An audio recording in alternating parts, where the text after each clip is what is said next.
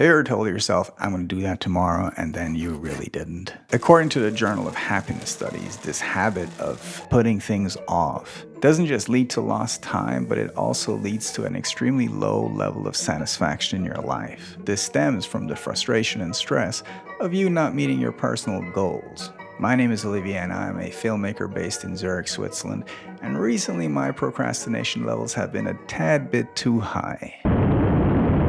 So I wanted to find what was the simplest and easiest way for me to win this fight against procrastination. And I think I found it. If this is a fight you want to win too, then stick around. Instead of doing this video, I'm actually supposed to be replying a mail. I think it's like a guilty pleasure for most of us, a weird kind of self-torture. There are lots of ways to do it and just as many reasons to feel crappy afterwards. But for some reason, we prefer the guilt of procrastination to just doing the work. It's kind of bizarre if you ask me. Before you can win the fight against procrastination, you need to understand the different levels and where you fit in, possibly all three. Level 1, the amateur league. Video games or Netflix or social media. You can substitute with whatever choice of poison you want, really, it's all the same. You're doing something fun whilst avoiding something a lot less fun. It's an escape from the mundane. It's an escape so blatant, you're not really fooling anyone either. It's almost honest in its own way, but still, you're just splashing in the kiddie pool of time wasting. Level 2, the pro league. Chores, cleaning, shopping. Basically, stuff that is dull as dirt. Doing what you hate to avoid what you must. The trick is to dress it up as being responsible, so you can hide behind it. That way, you can let the truly important stuff gather dust in a corner somewhere. It's a step up from the amateur leagues, dressing up your Netflix binges with a veneer of grown-up responsibility. Well done. Finally, level 3, mastery. This includes planning, prepping, overthinking, buying all the courses, but never applying what you learn into some form of practical experience. It is the grand illusion of productivity, and it's a beautiful lie.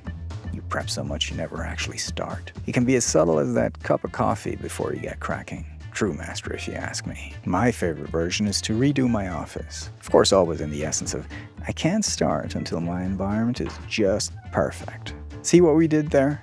Here we're mixing the responsibility from the pro leagues, the prep work from the master level, but the kicker is, more often than not, you can't help but feel obliged to reward yourself with a healthy dose of PlayStation right after. If avoidance was a painting, this would be the Mona Lisa. Bravo. Of course, if you've got some more refined ways to avoid what needs doing, most definitely comment and let me know. You gotta admit, it's a bit strange. Hours, days invested to avoid something that's probably just a 20-minute job. So why all the self-sabotage? Escaping our emotions is a big part of it.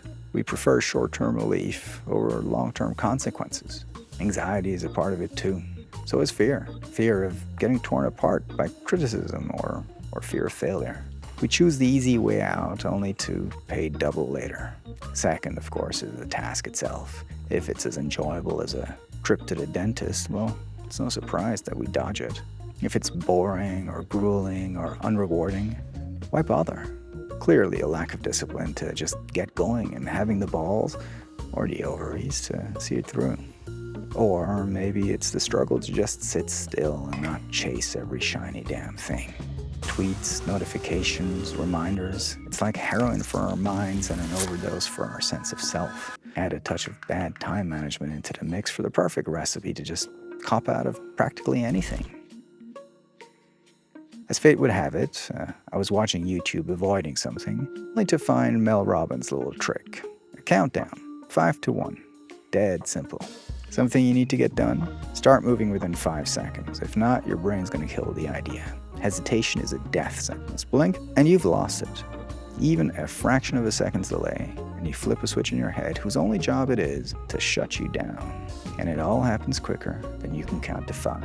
What I love about this 5-second rule, as Miss Robbins calls it, is the low barrier of entry. As long as you can count to 5, you're good to go. She's got a 3-minute video, I've linked below, and that's all you need really. But I definitely recommend the book. The audiobook is killer too. So right now I've got a mail to reply, and you should definitely not procrastinate on subscribing to this channel for more videos and thoughts like this. Peace. So I decided I need to get it under control. I decided I needed to control. Right now, now we are just pure, like, major traffic. Every single plane has to take off now. Let me just wait. I decided I needed to get it under control a little bit. Hi, I'm Olivier, and